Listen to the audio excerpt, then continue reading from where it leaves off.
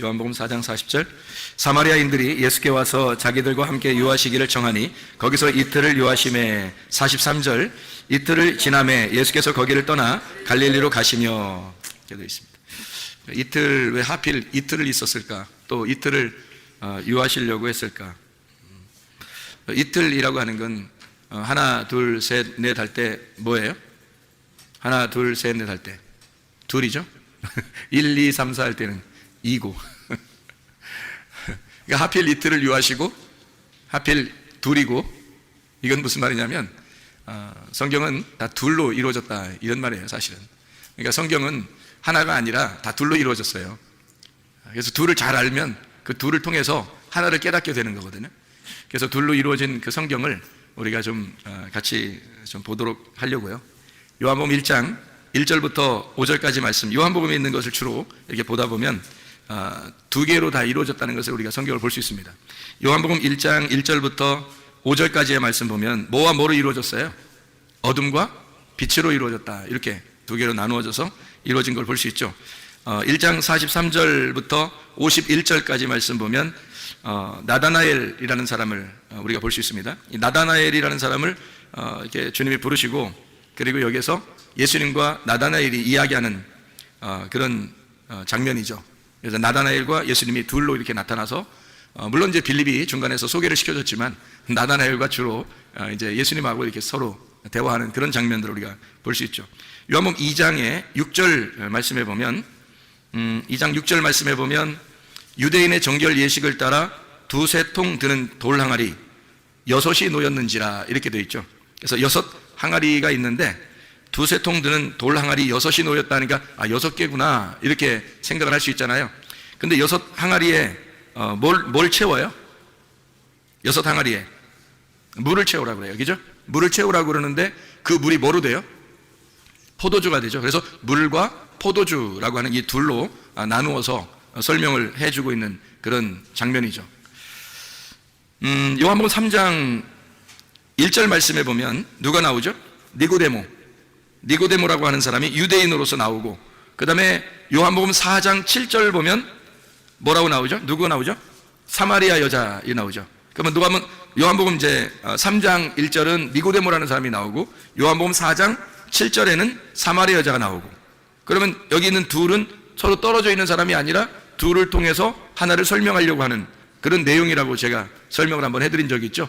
그러니까 니고데모라고 하는 사람과 사마리아 여자, 이름 없는 그 사마리아 여자, 이 두 사람은 관계가 떨어져 있는 사람이 아니라 사실 니고데모가 사마리아 여인이 되어 신랑 대신 주님을 만나는 것이다, 이렇게 보면 오히려 성경이 더 이해가 되는 말씀이에요. 그러니까 니고데모가 따로 만나고 사마리아 여자가 따로 만난 것처럼 보이지만 사실은 니고데모는 굉장히 유명한 사람이고 이름 있고 유명한 사람이고, 사마리아 여자는 이름도 없는 그런 사람이었죠. 근데 이름 있는 그 유명한 사람을 이름 없게 만들어서 주님이 만난다. 그래서 니고데모는 예수님을 찾아온 사람이고 사마리아 여자는 예수님이 찾아간 사람이다. 어떻게 해야지 구원을 받는다고요? 주님이 찾아오셔야 구원을 받아요. 그러니까 우리가 열심히 찾아간다고 구원받는 게 아니고, 뭐 열심히 찾는 건 우리들이 해야 할 일이지만 주님이 찾아오셔야 구원을 받는다. 그게 성경에서 우리에게 가르쳐 주시는 말씀들입니다.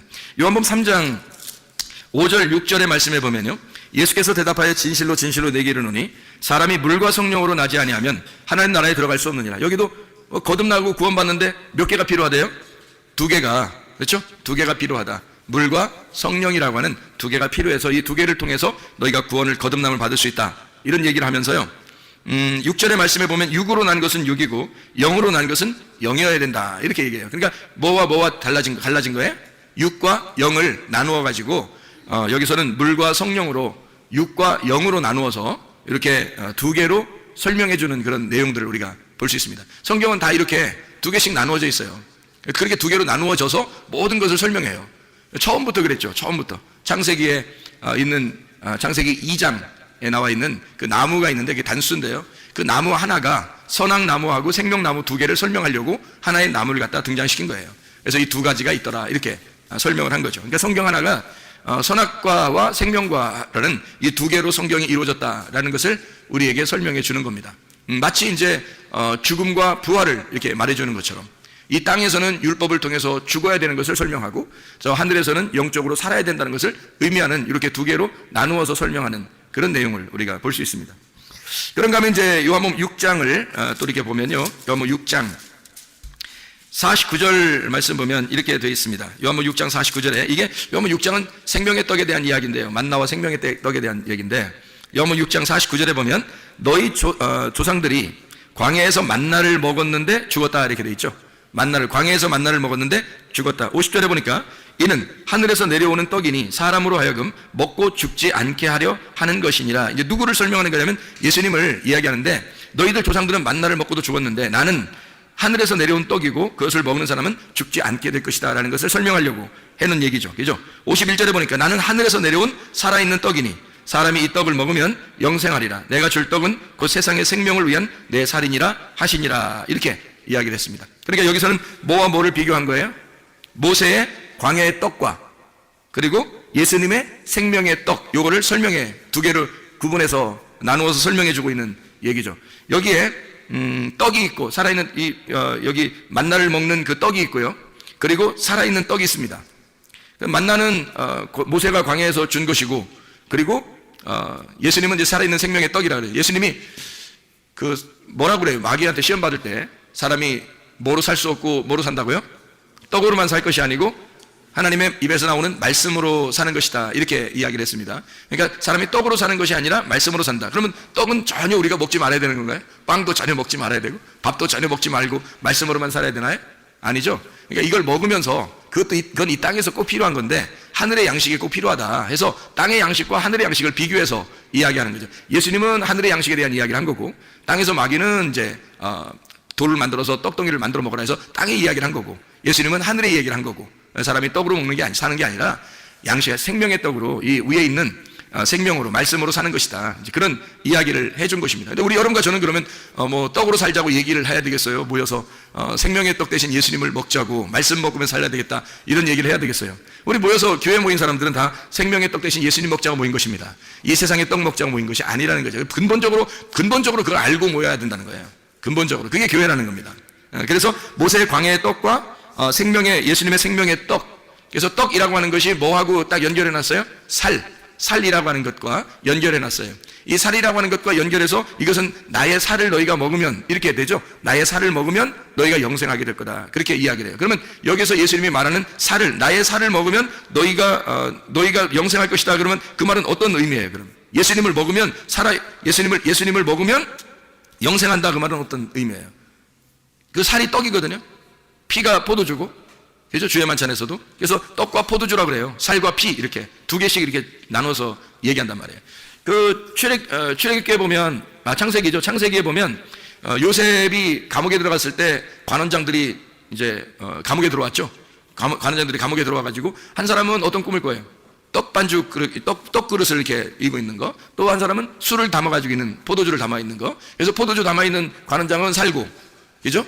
그리고 이쪽에 있는 떡 관원장은 죽고, 그랬죠? 그 살을 말하기 때문에 그래요. 죽음을 의미하기 때문에 그런 겁니다. 그 피는 이제 예수의 피, 생명을 말하기 때문에 그래서 사는 것을 의미하는 것이고 생명을 말하는 거고 떡은 죽는 걸 의미하는 거고요. 그러니까 이게 떡이라고 하는 게 뭐하고 연결된 거냐면 살이라고 하는 것과 연결된 거예요. 살. 그러니까 살과 떡. 살이라고 하는 건 성경에서 말하는 살 이거는요 육신이거든요. 육신. 사르크스입니다. 이 사르크스가 죽으면 어떻게 된다고요? 사르크스가 죽으면, 그러니까 바사르라고 하는 것이 죽으면, 구약에 있는 바사르 육체가 죽으면 바사르가 된다 그래요. 그 바사르가 죽으면 바사르가 된다. 바사르가 죽는단 말은 육신이 죽으면 이 말이고, 바사르가 된다는 말은 복음이 된다 그 말이거든요. 그래서 바사르라는 단어가 육체라는 단어와 복음이라는 단어를 같이 쓴단 말이에요. 그래서 복음이라고 그럴 때도 바사르라고 쓰고 육체라고 쓸 때도 바사르라고 쓴다. 이것이 이제 신약에서는 사르크스거든요. 그럼 사르크스라고 하는 살, 이 살을, 내 살을 먹어라 그거예요. 내 살을 먹어라. 그러면 육신을 먹어라 이 말이잖아요. 그런 육신을 먹어라 그러면 네가 영생하리라 그 말인가요? 아니죠. 예수님이 죽으면 복음이라고 하는 것이 너희를 먹을 것이다. 복음이라는 걸 먹는 것이고 그 복음을 먹으면 예수가 복음이니까 그 복음을 먹으면 너희는 영생할 것이다 이 말이죠. 자, 뭘 먹으면 죽는다는 거예요? 만나, 광야에서 있는 만나, 조상들이 먹던 그 만나를 먹으면 죽는다 그런 거고 예수님의 살을 먹으면 산다 그렇게 얘기하는 거예요. 그러니까 이 예수님의 살이라고 하는 것은 그냥 육신을 말하는 거겠어요? 복음을 얘기하는 거겠어요? 복음을 말하는 거라는 거죠. 복음을 말하는 거죠. 예수의 살을 먹는 자, 예수의 떡을 먹는 자는 영생하리라 그 말이에요. 조상들이 준 떡은요, 그냥 떡이에요. 예, 그것은 죽음을 의미하는 거고, 주님이 이제 주시는 그 살, 그것은 복음을 말하는 거죠. 그래서 복음을 먹어서 살게 된다라고 하는 것을 이야기하는 내용입니다.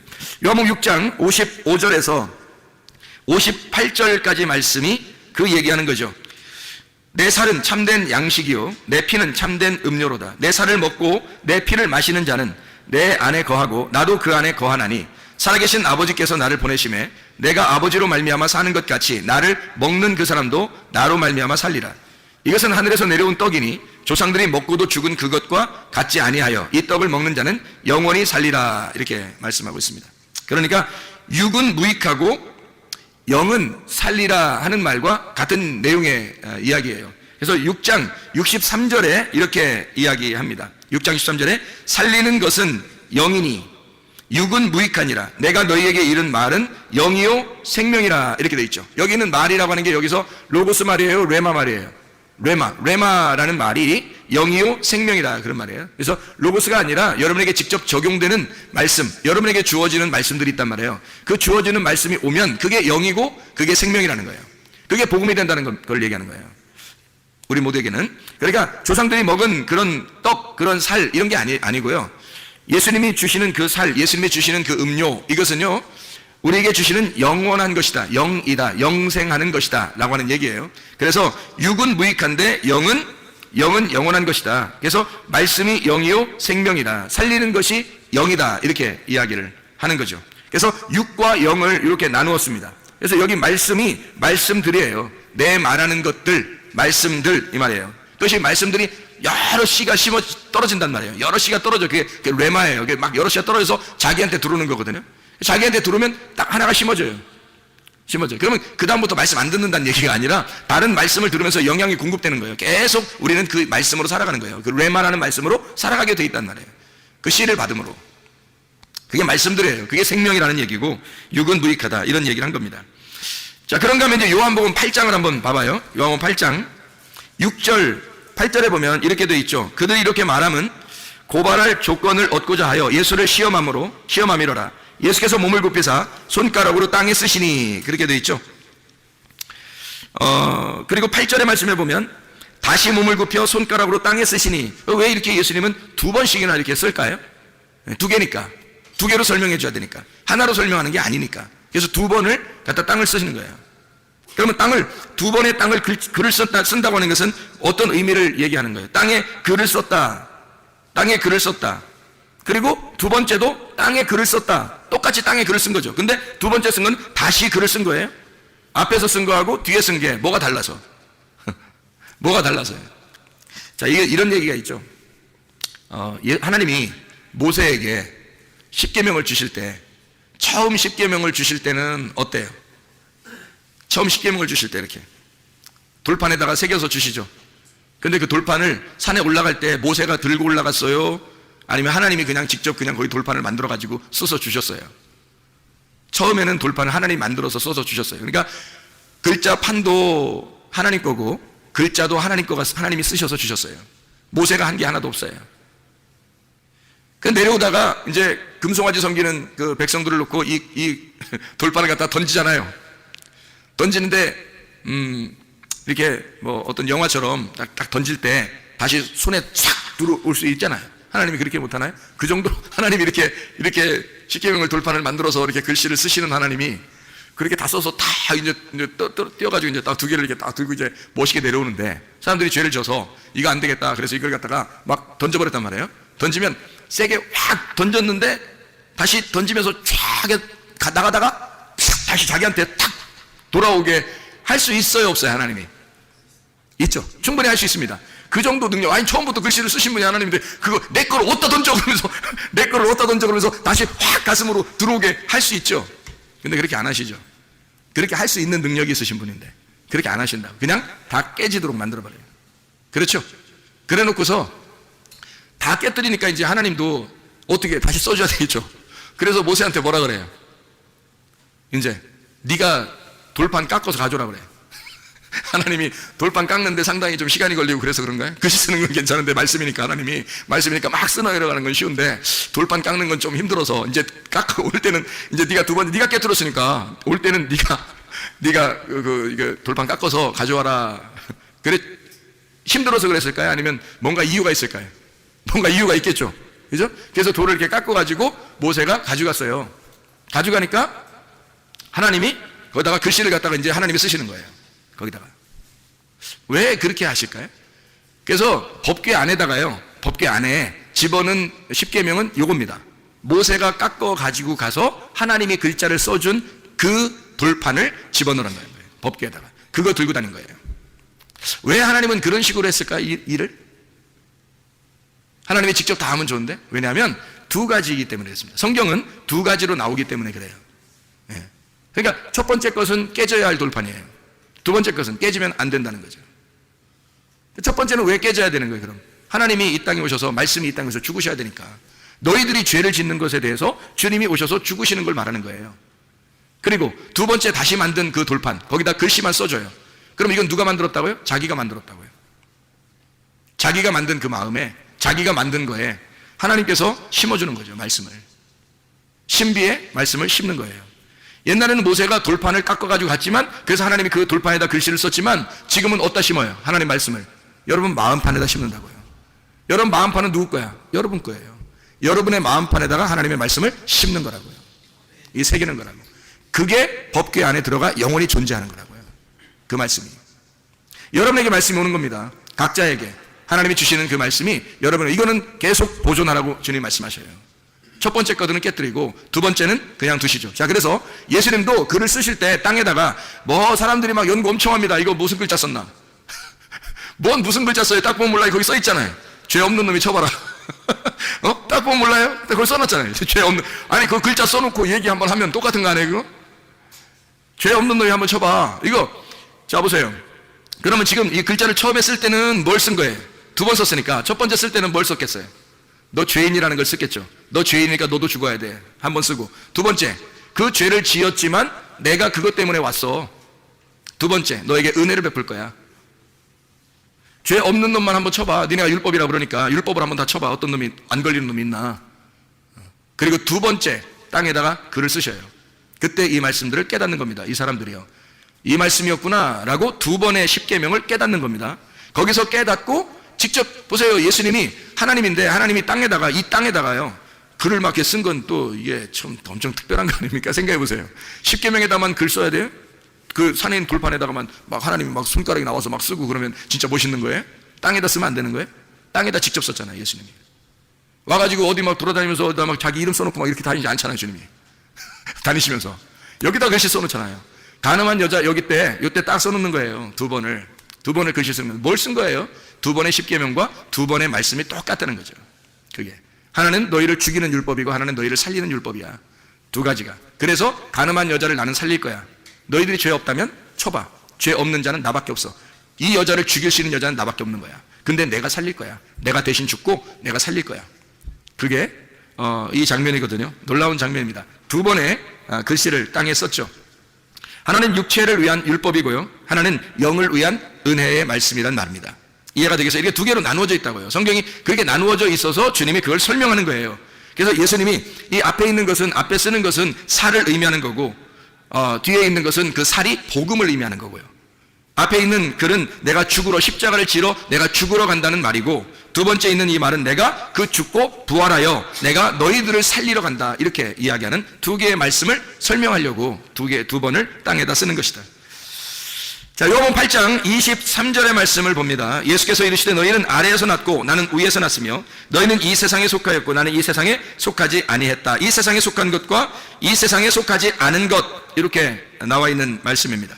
요번 8장 35절의 말씀, 8장 35절, 종은 영원히 집에 거하지 못하되 아들은 영원히 거하나니, 이렇게 되어 있습니다. 종, 이건 모세를 통한 율법을 이야기하는 거예요. 종은 모세를 통한 율법을 의미하는 거고, 여기에 아들이 나오는데 이 아들은 복음의 예수를 말하는 것입니다. 그러니까 모세와 예수는 둘이 짝을 이룬 거죠. 그래서 율법과 은혜가 짝을 이루어서 성경을 설명하려고 한 거예요. 그래서 모세가 많이 등장하죠. 그래서 모세 오경이라고도 하고, 이렇게 많이 모세 그 율법서를 통해서 구약 성경이 쓰여진 거거든요. 그게 기본으로. 그러니까 예수님은 또 복음서에 있잖아요. 복음서에 마태, 마가, 누가, 요한이라는 복음서를 통해서 신약 성경이 쓰여진 거고요. 구약은 모세 오경을 통해서 구약 성경이 쓰여진 거고, 신약은 예수님을 통해서 신약이 쓰여진 거고. 그래서 모세와 예수님은 짝을 이룬 거예요. 하나는 율법이라고 하는 종의 형태를, 하나는 아들을 통해서 복음의 형태를 설명하는 것이다. 이렇게 나누어서 설명하는 내용입니다. 요한복음 8장 44절의 말씀 보면 너희는 너희 아비 마귀에게서 났으니 너희 아비의 욕심대로 너희도 행하고자 하느니라. 그는 처음부터 살인한 자요 진리가 그 속에 없으므로 진리에 서지 못하고 거짓을 말할 때마다 제 것으로 말하느니 이는 그가 거짓말쟁이요 거짓의 아비가 되었음이라. 이렇게 이야기를 합니다. 너희 아비 마귀. 그리고 예수님은 뭐라 그러면 나는 나의 아비에게서 왔다. 그러니까 예수님의 아버지가 있다. 하나님 아버지가 나의 아버지다. 이런 얘기죠. 너희들이 아버지라고 부르는 그 아버지는 마귀야. 이렇게 얘기하고, 반대로 자기는 아들이니까 나의 아버지가 하나님이야. 내 아버지가 하나님인데 너희들이 나를 죽이려고 하는 걸 보니까 반대, 마귀다 이 말이에요. 반대 입장이 있다. 그래서 너희는 마귀들의 자식이다. 너희들은 거짓말쟁이고 나는 진리 안에 있는 거다. 그래서 거짓과 진리를 나누고 마귀와 하나님을 나누고 여기에 있는 거짓말쟁이들과 진리를 말하는 자 예수를 분리해내는 거예요. 이게 두 개로 나누어서 설명하려고 성경을 쓴 것입니다. 자, 요한복음 9장도 한번 보죠. 요한복음 9장 35절부터 41절까지의 말씀에 보면요, 보는 자가 있고 보지 못하는 자가 있어요. 보는 자가 있고 보지 못하는 자가 있다. 잘 생각해 보세요. 보는 자는 예수님께서는 뭐라 그래요? 원래 보지 못하는 자가 죄인이거든요. 그래야 이제 보게 하는 것이 주님의 뜻인데, 예수님이 볼 때는 보는 자를 여기서 뭐라 그러냐면 죄인이다 이렇게 말해요. 너희가 본다고 그러니까 죄가 그대로 있다 이렇게 말하고, 너 보지 못하면 죄가 없을 텐데 그래요. 그러니까 소경이 죄가 없다는 거예요. 죄인은 보는 자를 죄인이라고 그러고 진짜 맹인이라 그렇게 말해요. 여기서 보지 못하는 사람을 맹인이라고 그러는데 이 사람은 의인이라고 그럽니다. 이 사람은 죄를 인정한 거예요. 내가 죄인입니다. 나는 보지 못하는 자입니다. 인정하게 되니까 이 사람을 눈뜬 자라고 주님 말씀하시는 거예요. 영적으로 보면. 그러니까 영적으로 예수님은 보는 자와 보지 못하는 자, 보는 자를 맹인으로, 보지 못하는 자를 눈뜬 자로 설명을 하는 거죠. 이렇게 얼마나 아이러니컬합니까? 주님이 설명하는 그 내용들이. 여러분 어떤 상태예요? 자기가 눈 떴다고 생각합니까? 아니면 주님 내가 죄인입니다. 난 소경입니다. 겸손하게 주님께 고백하는 사람들입니까? 요한복음 10장을 한번 또 보죠. 요한복음 10장에 8절 말씀해 보니까요, 나보다 먼저 온 자는 다 절도요 강도니 양들이 듣지 아니하였느니라. 먼저 온 자가 있다는 거예요. 그게 절도며 강도예요. 그러면 뭐 다음 이제 절도며 강도인 반대로 온 자가 있을 거 아니에요. 요한복음 10장 10절 말씀입니다. 도둑이 오는 것은 도적질하고 죽이고 멸망시키려는 것이고 내가 온 것은 양으로 생명을 얻게 하고 더 풍성히 얻게 하려 함이라. 11절에 나는 선한 목자라 선한 목자는 양들을 위하여 목숨을 버리거니와 이렇게 되어 있습니다. 잘 생각해 보세요. 선한 목자가 누구예요? 예수님이에요. 목사가 아니에요. 여기 서 있는 목사가 선한 목자 이런 거 아닙니다. 희생을 강요하지 마세요.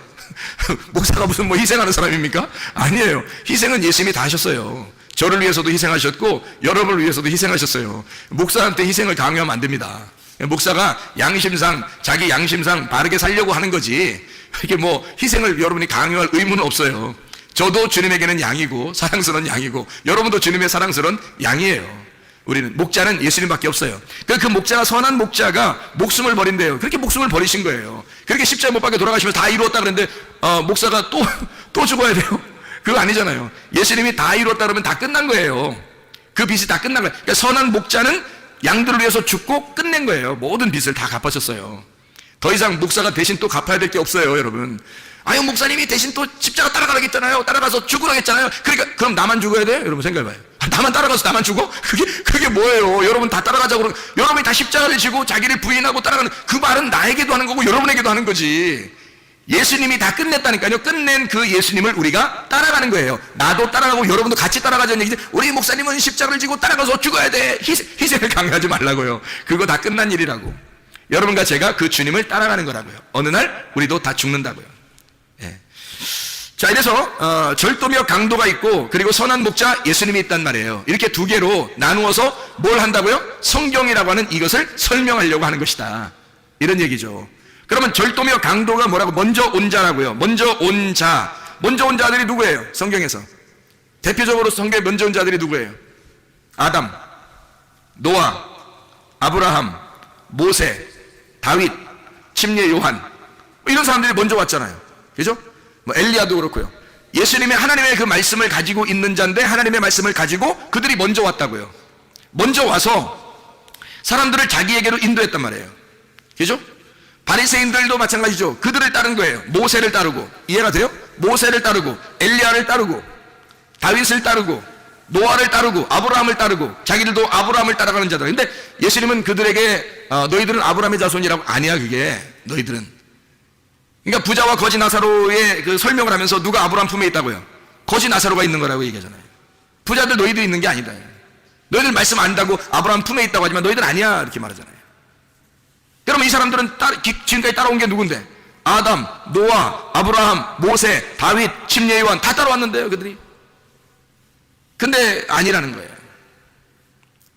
그거 아니라는 거예요. 너희들은 그게 아니라는 거예요. 그래서 그걸 따라온 사람들이 지금 자기들은 최고로 잘 따라왔다고 생각해서 말씀을 잘 따라왔다고 율법적으로 자기들은 열심히 살았다고 하는 사람들이 바리새인들이에요. 근데 선한 목자 예수님은요, 선한 목자 예수님은 구원하러 오셨다 그래요.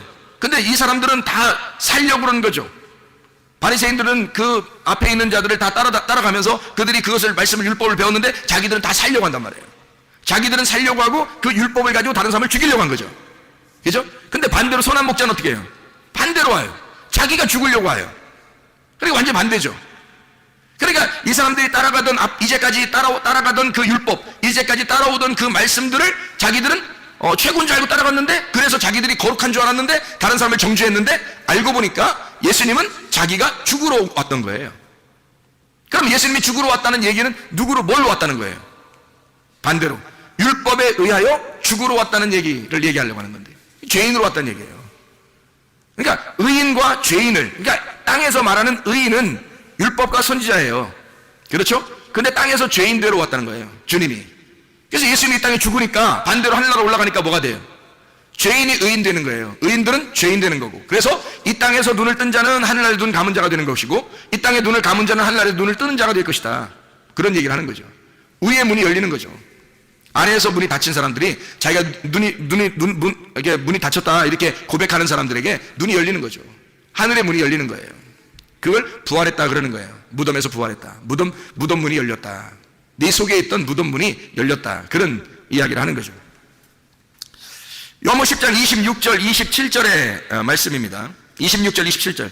너희가 내 양이 아니므로 믿지 아니하는도다. 내 양은 내 음성을 들으며 나는 그들을 알며 그들은 나를 따르느니라. 여기서 그들의 양이 있어요. 너희들 그들의 양과 내 양, 내 음성을 듣고 따르는 자, 내 양이 따르다. 그러니까 양이 다르다는 거예요. 그죠? 너희들의 양이 있고 예수님의 양이 있다는 거예요. 그러면 우리가 무슨 말씀을 따라 살고 있느냐, 무슨 말씀을 받기를 좋아하느냐, 어떤 말씀을 듣고 있느냐, 어떤 말씀이 내게 와 있느냐에 따라서 주님의 양이 될 수도 있고 주님을 대적하는 양이 될 수도 있다는 얘기예요. 상대방의 양, 그죠? 너희들의 양, 그러니까 율법과 선지자들의 양이 있고 은혜의 진리의 양이 있단 말이에요. 그러니까 선한 목자 대신 예수님의 양이 있고 율법과 선지자들의 양이 있단 말이에요. 그러니까 너희들은 그들 양이다. 그래서 26절, 27절의 말씀에 너희가 내 양이 아니다 이렇게 얘기하잖아요. 그러니까 예수님 말씀 듣는 것이 아니라는 거예요. 예수님은 죽으러 왔는데 그 죽으러 오신, 그 양을 위해서 죽으러 오신 예수님을 따르지 않는다는 겁니다. 그 말을 듣지 않는다. 그러니까 예수님의 양이 따로 있다는 거예요.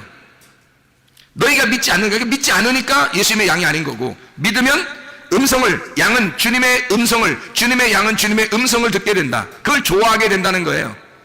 그러면 그건 주님의 양이라는 겁니다. 그래서 주님을 믿고 따르는 겁니다. 어떤 말씀이 우리에게 와 있느냐 하는 얘기고요. 그 진리의 말씀을 우리는 따르셔야 돼요. 예수 그리스도를 따라가셔야 됩니다. 예, 다른 양이 돼서는 안 되는 거예요. 다른 걸 이렇게 다른 말씀들, 이상하다 다른 말씀들, 내가 좋아하는 뭐 이런 거 아니에요. 그렇게 하면 안 되고요. 주님의 말씀이 있어야 돼요. 진리의 말씀. 성경은 이렇게 두 개로 나누어져 있기 때문에 자칫 잘못하면 앞에 걸 선택할 수 있어요. 뒤에 걸 선택해야 되는데 앞에 걸 선택하면 오랫동안 선택할수록 우리는 손해를 봐요. 왜냐하면 그것이 오히려 나를 절도며 강도가 되기 때문에 그래요, 나한테. 그럼 우리는 모든 걸 다 잃어버립니다. 물론 잃어버려야죠. 그래서 모든 걸 잃어버릴 때 그 순간이 오면 나를 다 잃어버리고 절망 가운데 있을 때 새로운 목자가 나타나시는 거죠. 레마로. 근데 그게 너무 늦지 않기를 바랍니다. 그게 너무 늦지 않기를. 주의 말씀을 들을 때 우리는 주님의 음성을 듣고 주의 말씀을 따라 사는 사람들이 되셔야 합니다.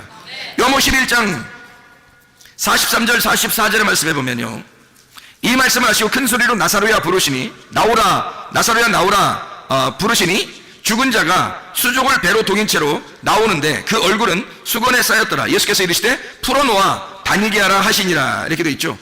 나사로는 성경에서 어떤 사람이에요? 죽은 자죠. 예수님은 어떤 자예요?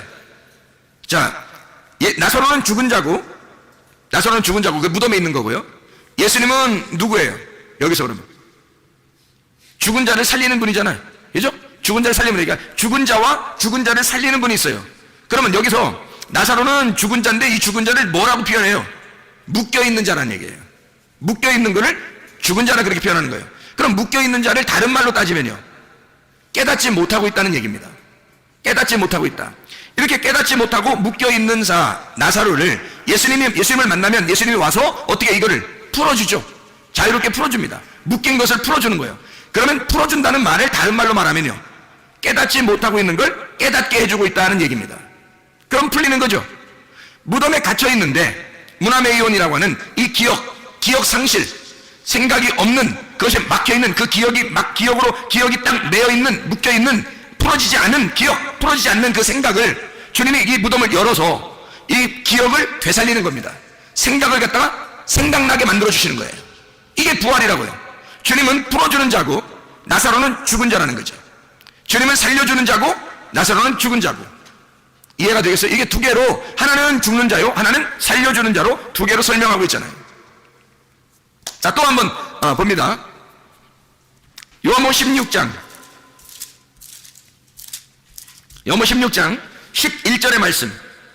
심판에 대하여라 함은 이 세상 임금이 심판을 받았음이라. 사형 선고 받은 거죠. 여기서 사형 선고. 이 세상 임금이 심판을 받았음이라. 그러면 요한복음 18장 37절. 요한복음 18장 37절. 빌라도가 이르되 그러면 네가 왕이 아니냐? 예수께서 대답하시되 내 말과 같이 내가 왕이니라. 내가 이를 위하여 태어났으며 이를 위하여 세상에 왔나니 곧 진리에 대하여 증언하려 함이로라. 무릇 진리에 속한 자는 내 음성을 듣느니라 하신대. 자, 잘 봐요. 성경을 잘 봐보라고요. 이 세상 임금이 누구예요? 이 세상 임금이 요한복음 16장 11절에 세상 임금이 심판받았대요. 누가 심판받은 거예요? 예? 누가 심판받았어요? 이 세상 임금이 심판받았네. 이 세상 임금이 누구예요? 예? 누가 심판받죠? 이 세상 임금이 누구냐고요? 아니, 시간 많이 가게 하지 말고 광야에서 시험 받을 때 예수님한테 막 감히 시험하면서 내가 이 세상을 다 가지고 있다, 내가 너한테 주겠다, 뭐 이런 것들도 있었잖아요. 그러면 이 세상 임금이 심판받았다, 그 말은 누가 심판받았다는 얘기예요? 여기서 예수님이 그 시험을 이기셨나요? 아니, 이기시지 못했나요? 시험을 이기셨죠. 그러면 왕이, 임금이 항복하고 지면 그러면 더 이상 임금인가요? 아니죠. 그래서 이 세상 임금을 정복시키신 예수님이 임금인 거예요. 이해가 돼요? 그래서 예수님이 자기를 설명하는 거예요. 내가 인간으로 와서 이제 곧 나는 죽을 거야. 이미 사형 선고를 받아놓고 살고 있어, 이 말이에요. 그리고 요한복음 18장 37절의 말씀에 나는 진짜 왕이다, 왕이긴 왕이야. 근데 나는 죽으러 왔어. 나는 죽을 거야. 근데 빌라도가 뭐 그런 게 있어, 왕이 뭐 죽고 그래, 그러니까 예수님이 뭐라 그래요? 난 하늘의 왕이야. 나 이 땅의 왕이 아니야. 땅에서 다스리려고 하는 게 아니라 난 하늘에 있는 자들을 다스리는 왕이야. 그러니까 영적으로 구원받은 자들을 다스리려고 내가 왕이 되려고 그래. 그래서 나는 죽으려고 그래. 그게 진리야. 이런 얘기를 한 거예요. 예수님이 이 땅의 왕, 임금 대신 우리들을 위해서 주님이 오셔서 그 이 세상 임금으로 오셔서 자기가 죽는 거예요. 그러면 예수님이 죽으시면 이 세상 임금이 끝난 거죠. 그러면 진리가 살아서 부활하신 하늘의 영이, 하늘의 영이신 하나님의 아들이 다스리게 된다는 거예요. 하늘의 왕이 되신다는 거지. 이 땅에서 임금이 죽으면. 마귀는, 너희를 유혹하던 마귀는 이미 끝났어. 그래서 내가 너희들이 왕이라고 여겼던 그 왕의 입장에서 내가 죽을 거야. 이 세상 임금이 심판을 받았어. 정죄를 받았어. 그래서 내가 이 땅에 온 거야. 말씀이 육신이 돼서 온 거야. 그리고 나는 진리인데 나는 죽을 거야. 빌라도가 내가 너를 살릴 수도 있고 내가 너를 죽일 수도 있는데 그거 하늘에서 너에게 그렇게 그런 권한을 주지 않았다면 너는 그거 할 수도 없어. 내가 그 능력을 너에게 주었고 네가 나를 죽이도록 그런 명령을 하도록 권세를 주었기 때문에 네가 하는 거야. 내가 영들을 다스리는 왕이야. 그 예수님이 그렇게 말씀하시는 거죠. 그래서 주님은 요한복음 19장 11절에 19장 11절 예수께서 대답하시되 위에서 주지 아니하셨더라면 나를 해할 권한이 없었으리니 그러므로 나를 내게 넘겨준 자의 죄는 더 크다. 그래서 주님은 너를 일부러 시켜서 나를 죽이도록 하는 거야. 너도 내 수하에 있는 거야. 내가 하늘의 왕이니까. 이해가 되시겠습니까? 이 땅의 임금이 죽고 이 땅의 임금이 정죄를 받아 이 땅의 임금이 심판을 받아 죽으면 그러면 하늘의 왕으로서 살아가게 된다. 그런 얘기를 하는 것입니다. 자, 무슨 얘기인지 아시겠죠? 요한복음 19장 34절, 요한복음 19장 34절. 그중 한 군병이 창으로 옆구리를 찌르니 곧 피와 물이 나오더라. 이렇게 두 가지로 설명하고요. 요한일서 5장 6절, 7절, 8절에는 물과 피로 임하신 자니, 그래서 성령은 물과 피로 임하신 이것을 증거한다. 이렇게 요한일서 5장 6절, 7절, 8절에는 설명하고 있습니다. 자, 우리 이제 앞으로 가가지고요. 요한복음 6장 한번 9절을 한번 봐봐요. 요한복음 6장 9절. 6장 9절. 여기 한 아이가 있어 보리떡 5개와 물고기 2마리를 가지고 있나이다. 왜? 보리떡만 얘기하면 되지 왜 물고기 2마리까지 얘기하나요? 2마리죠. 물고기 2마리. 그것도 보리떡 5개, 물고기 2. 5을 둘로 나누어 설명하겠다. 그래서 5을 둘로 합하면 7이 되는 예수님을 말하는 것이다. 이 두 개가 나누어지는 것이 아니고 하나가 되어야 된다. 그래서 보리떡 5개와 물고기 2를 5개를 둘로 설명해서 이 두 개가 합쳐지면 7이 된다. 7 예수님이 된다. 이것을 먹은 자들이 이 땅에서 안식을 누리는 거예요. 그래서 예수님 안에서 안식을 누리는 사람들이 됩니다. 요한복음 8장 17절 18절 너희 율법에도 두 사람의 증언이 참되다 기록되었으니 내가 나를 위하여 증언하는 자가 되고 나를 보내신 아버지도 나를 위하여 증언하시느니라. 2명이 돼야 증인이 되니까. 그래서 둘씩 전도하러 보내는 거예요. 증인이니까. 어느 단체들을 얘기하는 거 아닙니다. 이게 예수님이 2를 갖다 설명하기 위해서 그런 거예요. 2씩 보내는 이유는 2가지씩을 설명해 주라는 얘기예요. 2개씩을 나누어서 잘 설명해 주라. 이 성경이 그렇게 되어 있으니까 이 2개를 나누어서 잘 설명해 주라는 뜻이에요. 2씩 보내는 것은. 예수님이 자기를 증거하는데 다른 사람을 사용하지 않습니다. 왜요? 예수님은 하나님이니까. 다른 증인들을 필요로 하지 않아요. 예수님이 증인이 되고 아버지가 증인 되신다 그렇게 말해요. 아버지가 예수님인데 아버지가 아들이고 아들이 예수님이거든요. 하나님이거든요. 여러분 아들이 아버지고 아버지가 아들인데 예수가 자기가 증인이 되고 내 아버지가 증인이 된다는 말은 자기가 전적으로 증인된다는 얘기거든요. 그럼 이걸 왜 2가지로 설명하면 증인은 2이 돼야 되니까. 성경은 2로 나누어져서 이어진 거니까. 그런 내용이니까. 그래서 2를 설명하는 거죠. 요한복음 8장 17, 18절의 말씀 내가 나를 위하여 증언하는 자가 되고 나를 보내신 아버지도 나를 위하여 증언하시느니라. 2 사람의 증언이니까 아들과 아버지죠. 그러면 우리가 주님의 증인이 되려면 어떻게 돼야 돼요? 주님의 증인이 되려면 그럼 우리 속에 누가 들어와야 돼요? 아버지의 아들이 들어와야 돼요. 그래야 증인이 되는 거예요. 그럼 아버지의 아들이 우리 속에 들어오면 어떤 것을 증거할까요? 예수가 나 때문에 정죄받으시고 죽으셨다는 걸 증언하겠죠. 무슨 말인지 알겠죠? 정죄는 내가 받을 테니까 너는 반드시 살아야 된다라고 하는 것을 주님이 내게 가르쳐 주셨다라고 증언하겠죠. 그죠? 그래서 주님이 나를 위해 정죄를 받으시고 심판받아 죽으실 테니 너는 대신 살아라. 죽음과 부활을 설명해 주고 있는 내용이죠. 그게 증인이라는 겁니다. 그걸 잘 설명해 내는 사람이 증인이라는 거예요. 성경의 증인. 자, 요한복음 14장 6절 말씀입니다. 잘 아는 말씀이죠? 14절 예수께서 이르시되 내가 곧 길이요 진리요 생명이니 나로 말미암지 않고는 아버지께로 올 자가 없느니라. 누가 증인이에요? 다 하시는 거예요. 진리 생명 예수님이 다 하시는 거예요. 20절 말씀 봐요. 요한복음 14장 20절 말씀. 그날이 어떤 날이에요? 부활의 날, 네가 눈이 떠지는 날, 네가 깨닫는 날, 네가 무덤의 문이 열리는 날, 그 날에는 내가 아버지 안에 너희가 내 안에 내가 너희 안에 있는 것을 너희가 알리라. 이 부활의 날에는 너와 내가 하나인 것을 네가 알게 될 것이다, 그런 말이죠. 그러면 증인이 예수와 우리 안에 들어온 예수가 증거한다는 얘기예요. 그렇죠? 예수이신 부활하신 그 예수님과 나를 살리신 그 예수님이 이 예수와 그 예수가 같이 길과 진리와 생명을 설명하게 될 것이다, 그런 얘기예요. 요한복음 14장 15절 16절 17절의 말씀입니다.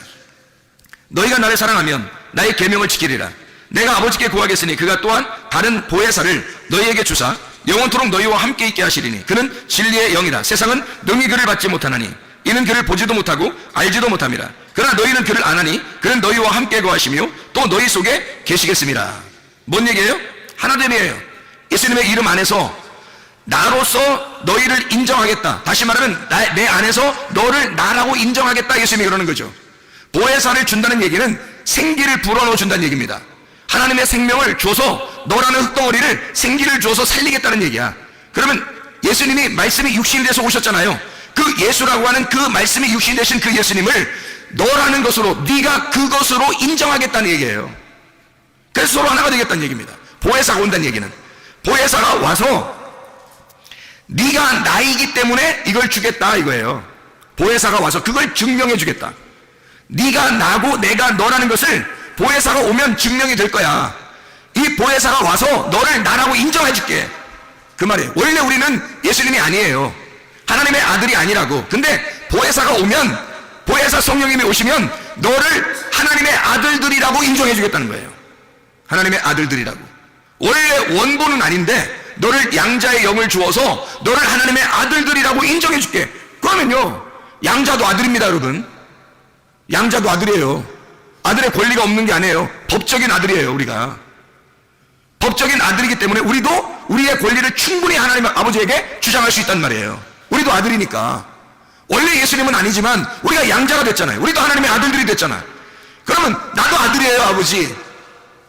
저도 아버지의 아들이에요. 충분히 우리도 하나님의 아들이신 예수님의 이름 안에서 아버지에게 아들로서의 권리를 충분히 주장할 수가 있다는 얘기죠. 그 얘기입니다. 너희가 내 안에 이 보혜사 성령이 오시면 그걸 다 알려주겠다는 거예요. 그렇게 만들어주겠다는 얘기입니다. 놀라운 얘기죠. 요한복음 18장 6절 말씀, 18장 6절. 예수께서 그들에게 내가 그니라 하실 때에 그들이 물러가서 땅에 엎드러 지니라. 내가 그니라, 이 말이 뭐냐면 내가 나다, 이런 말이거든요. 에고 에이미라는 단어예요. 출애굽기 3장 14절에 나는 스스로 있는 자다 라는 말이 에고 에이미라는 말이거든요.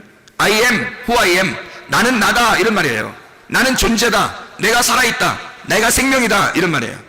예수님이 나는 생명이다, 나는 스스로 있는 자다, 내가 하나님이야, 내가 그 여호와야, 너희들이 따랐던 그 여호와야 라고 하니까 사람들이요 물러가서 땅에 엎드러져요. 왜냐하면 스스로 있는 자 앞에 굴복하는 겁니다. 주님이 내가 나야 라고 하니까 다 엎드러지는 거예요. 요한복음 18장 6절의 말씀이죠. 그렇죠? 요한복음 18장 9절 말씀 하나만 보고 마치도록 하겠습니다. 요한복음 18장 9절 말씀 보니까 이렇게 뭐라고 되어 있어요? 이는 아버지께서 내게 주신 자 중에서 하나도 잃지 아니하였사옵나이다 하신 말씀을 응하게 하려 함이라. 이게 무슨 말이에요? 여기 사람들이 누굴 찾느냐, 예수님이 누굴 찾느냐 그래요. 만약에 예수님이 여기서 내가 그니라 했는데 다 엎드러졌어요. 어떻게 잡아요, 예수님을? 그러니까 예수님이 뭐라고 그러냐면 누구 찾냐 이렇게 물어봐요. 그래서 사람들이 뭐냐면 나사렛 예수라 그렇게 말하잖아요.